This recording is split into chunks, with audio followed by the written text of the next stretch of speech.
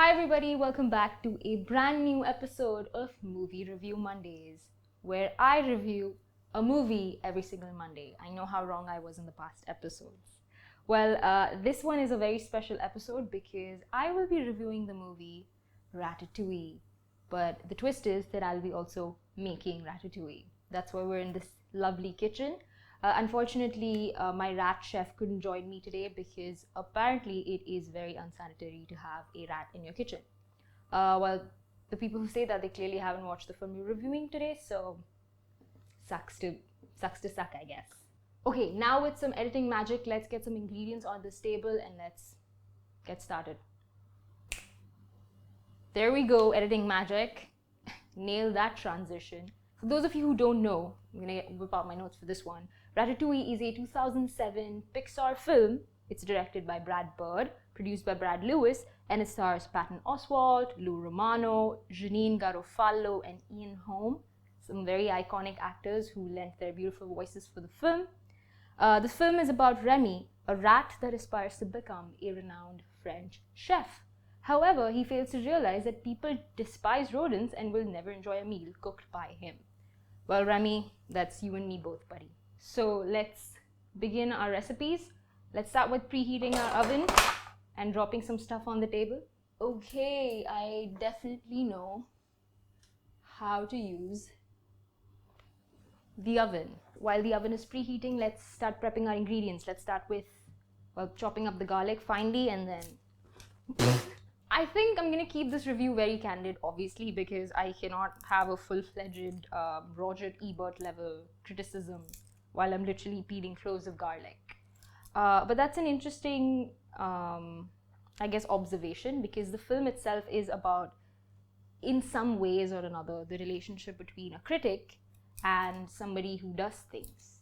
And those who can't do, teach. Am I right?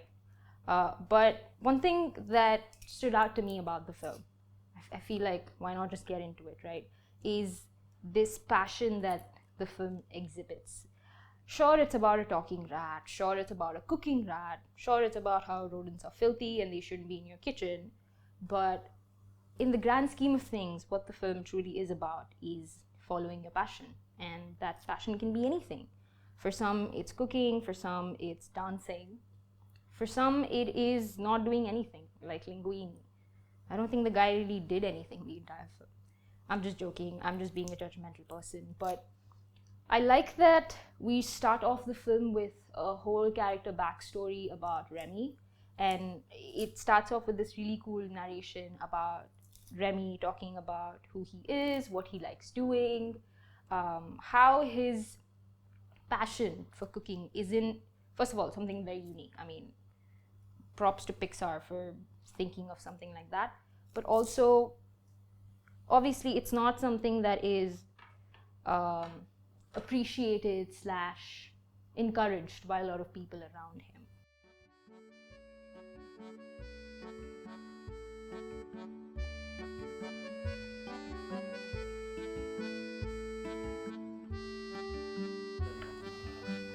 So let's talk about the characters of the film.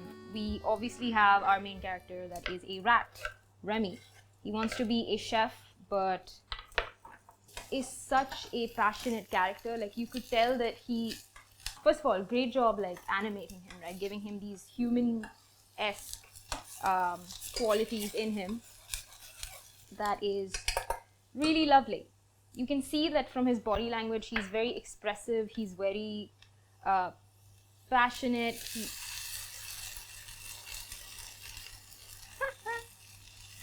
Oh my god. I feel like this is going to be an unreleased episode. So we have Remy, who's this talented genius who cooks better than most humans, and then we have Linguini on the other side, who, first of all, great character name. I mean, if I wrote a film about French cooking, I would also name one of my characters Linguini. Alfredo Linguini, by the way. Linguini, on the other hand, is like the exact opposite of Remy, because he doesn't really have any passion for cooking. He wants to be a plongeur. So a plongeur is somebody who literally cleans dishes by plunging them into the sink. And he well, spoiler alert, is the offspring or the heir of Gusteau, who owns this kitchen that Remy, sorry, his name is not Ratatouille. Remy finds himself in. Wait, this is smelling great, by the way. It's a shame you guys can't have it, but oh, delicious. But you see Linguini, and he doesn't really have this passion for anything. And then you see human beings. There's Chef Colette, who is this badass, French chef who got here by being, really talented, but she wasn't taken seriously in the culinary world because she's a woman. But she takes, Linguini under her wing, starts teaching him things. And because Linguini genuinely shows interest in all the things that she tells him, she sort of takes a liking towards him because finally somebody takes her advice. Then we have our other chef, who is this, he knows something's up, and he was the sous chef under Gusteau, and he knows something's up, but you don't know what it is. Randomly a guy walks in, a 19-year-old boy comes into this kitchen and is like, please give me a job. And then it turns out that he is related to Gusteau. Something's fishy there, and it's not just the soup he made. But yeah, they establish all these characters and their motivations really well because everybody has their own plot, their own story going. We have Linguini, who needs to conceal the secret that he is secretly controlled by a rat. We have Remy, who wants to follow his passion, and cooking is what drives him, cooking is what inspires him, and he does it really well.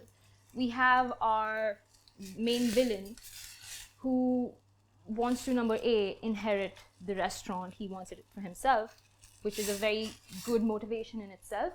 But then he also wants to uncover the secret that Linguini is not who he says he is.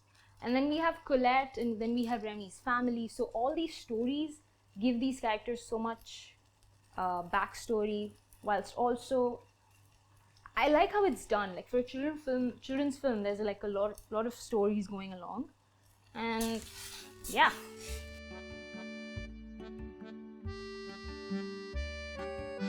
All right, guys.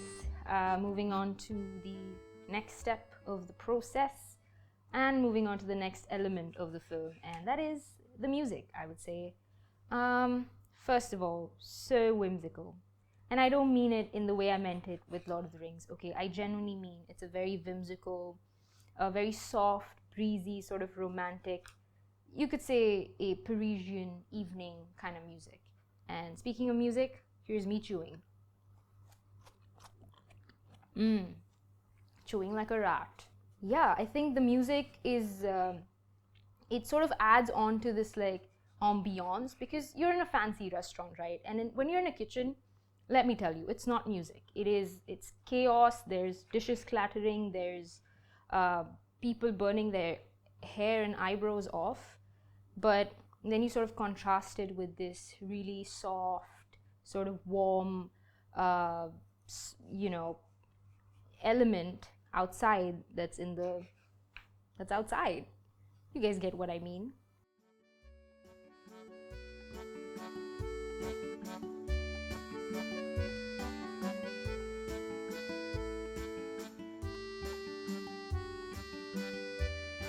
Alright guys, so our dish is coming together. We have our beautiful components ready. We have our lovely fresh vegetables, we have our sauce, we have our pan. So let's begin plating this thing.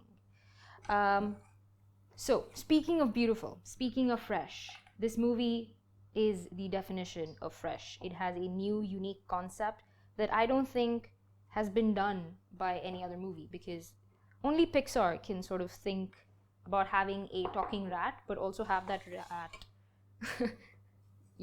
cook. And I like that this film sort of plays with your expectations, because it sort of puts Linguini in this chosen one, role, where you expect him to rise from the challenges and, learn cooking as he, goes through with his journey with Remy. But slowly you see that he's not a very competent guy. He's just good at following directions, which is fine. That's what some people are, and that's what some people will be. But yeah. Okay, I sort of need some concentration to do this, so I won't be able to talk now.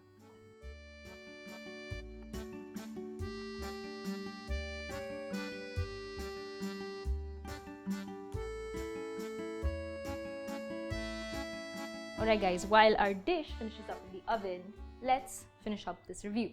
So, for my concluding thoughts, I'd like to, befittingly talk about the conclusion of the film. So, the film is called Ratatouille, in case you guys didn't notice. And the dish they're making is Ratatouille. And who cooks the dish? A rat. Are you guys seeing a pattern here? Please tell me what the pattern is. So, in the end, there's a critic, food critic Anton Ego, coming into the restaurant to sort of, because there's been talks about this new chef in town who's this like prodigy, and Anton wants to give Les Gustos another chance. And he does that, he comes to the restaurant, and Remy, instead of going the safe route, decides to make a ratatouille for him. And Anton Ego takes a bite of the ratatouille, and then we have this interesting like flashback sequence, and he is flashbacked to when his mom used to make this simple dish of ratatouille for him. And it shows you how food is connected with memories. It's not just a way to be pretentious or snobby, as Ratatouille's dad would like to say, but it's a way to connect with your roots and your memories and the people in your life, your loved ones. And when he eats that, there's a very interesting like dolly zoom that takes you back and also brings you back to the present story, and it's done so wonderfully, where it also then tracks onto our Skinner, who wants to uncover the secret of who actually, by the way, kitchen kind of smells nice because it's cooking up there. But I like that in the end, and there's this whole monologue about how critics like to talk about how this is good and this is not bad. And in no way am I comparing myself to the great Anton Ego, but that is very true. At the end of the day, the most meaningful thing for an average Joe is an average piece of junk. And you make such an important point about that, about how something feels more important than it is because of your connection to it. And even though for Remy's family, cooking wasn't that, because for his dad, it was all about survival, right? He wanted to take care of this rat family of his. And for him, cooking didn't hold any importance. Food, he would eat garbage. It was not important, but for Remy, that meant something. For Gusteau, it meant something, and that's why he said anyone can cook. So all of these, also all of the plots that were, sort of woven, they all come together, and you get this really interesting, very sweet ending. Well, bittersweet, because their restaurant gets closed for health violations, which actually I really enjoyed, because in an animated film, you sort of don't see consequences, but there were millions of there was a lot of consequences. But then Remy, with the badass that he is, he decides to open a restaurant called La Ratatouille. So he's like, you closed down my previous restaurant for rat infestation? Well, guess what? I'm going to name this restaurant. Ratatouille comes again. You guys seeing the pattern here? But yeah, and I think that's why this film connects with so many people, right? Because it is about putting importance on things that mean a lot to you, and it can mean something to you for different reasons. Yeah, and that's why this film is so beautiful, and the ending is so beautiful, because it shows that anything can sort of bring you together, especially art, your passion for your art or your craft, food, and sometimes it's about the simple things in life. So yeah, I can see why this is one of Pixar's like magnum opus, and it does what Pixar does the best, and that is give feelings to something you wouldn't have expected it to give feelings to. And I'm not talking about rat, I'm talking about art in general and passion in general. If you look at it, it's sort of personified passion in a rat that can cook. I still am not over a rat that can cook. Where's my rat that can cook? All right, guys, I removed the butter paper from the dish, and I put it back in the oven for 15 minutes. I'm gonna stop doing that because French people will hate me. But speaking of French people and speaking of French cinema, Ratatouille is the epitome of French cinema, because the humor. I feel like people don't talk about how funny that film is. It has so many good gags that I think people will appreciate it more when you watch that film as an adult.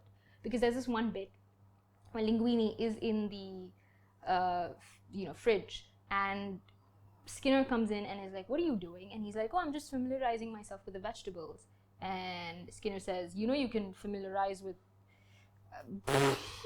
you can get too familiar with vegetables, right?" Funny.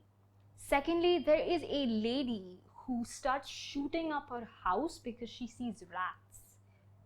What? That's insane, lady. If I had a nickel for every time there was a homicidal old lady in a French film, I would have 2 nickels, which is not that much, but it's weird it's happened twice. She literally shoots up her house. She shoots her ceiling down, gets all these rats on the floor. Maybe don't do that.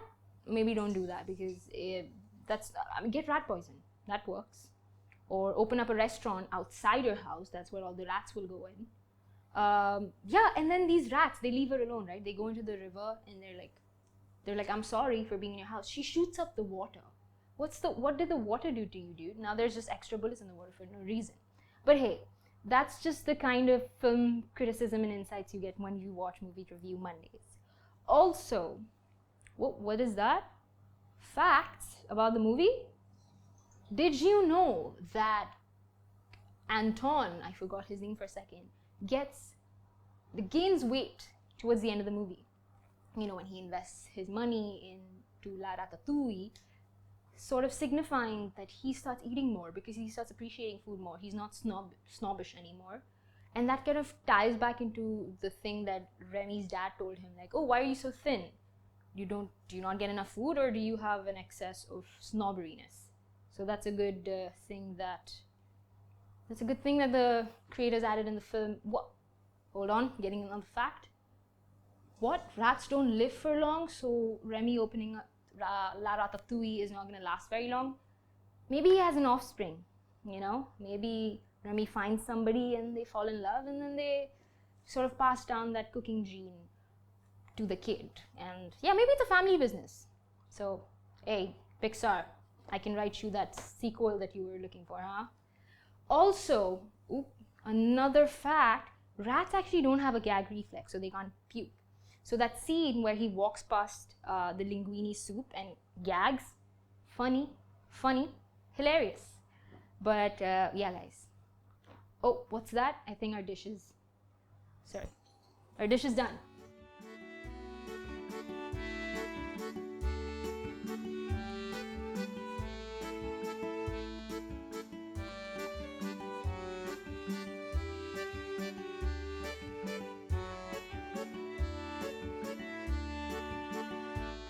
Alright guys, we have our final product ready. It only took us 6 hours, but we're here, and because I'm biased against myself, I'm gonna get a second person to try out this dish. I have my camera operator, Sid Sampat. You might know him from the other episode that we did for Movie Review Mondays. Sid, so I don't know if you know what we did, but we basically cooked Ratatouille while I have no idea what happened there. I was just like behind the camera. Exactly. Yeah. So we are gonna have you review this because you're not biased. I'm the first one to try this? Yes. First person in the world. In the world. I might open my own restaurant. I don't know, you guys. Alright, I'm gonna have some with the sauce. Yes. Get a bit of all the veggies in one big bite. And drop half of it. Alright. Chewing noises. Oh my god, this is actually so amazing. And you're not being paid to say that? I am. Oh. Not. Not. Alright. So, Sid, as we do, we review movies. If you could review this, if you could review Ratatouille, how much would you review? The dish or the film? The dish, yeah. Ratatouille. The dish is like a solid 9 out of 10. Damn. Okay, thank you. You'll be paid by the end of the month. Thank you. Cool. Get out. Now, my camera operator reviewed Ratatouille. Let me review Ratatouille. I would give it a solid 3.5 out of 5. And that's the end of the episode, guys. I know it was a bit anticlimactic, but thank you. Thank you for joining me in this beautiful journey. It was filled with blood, sweat, and tears. That is not tomato sauce, I'll tell you that much. But thank you so much for watching. I hope you guys enjoyed this episode. And yeah, I will see you again on another Monday. I don't know if I'll have food with me, but thank you so much for watching. Hope you liked it. Bye! Whoa, that... Whoa! Whoa! That was seamless and smooth. Am I okay? Why am I nervous?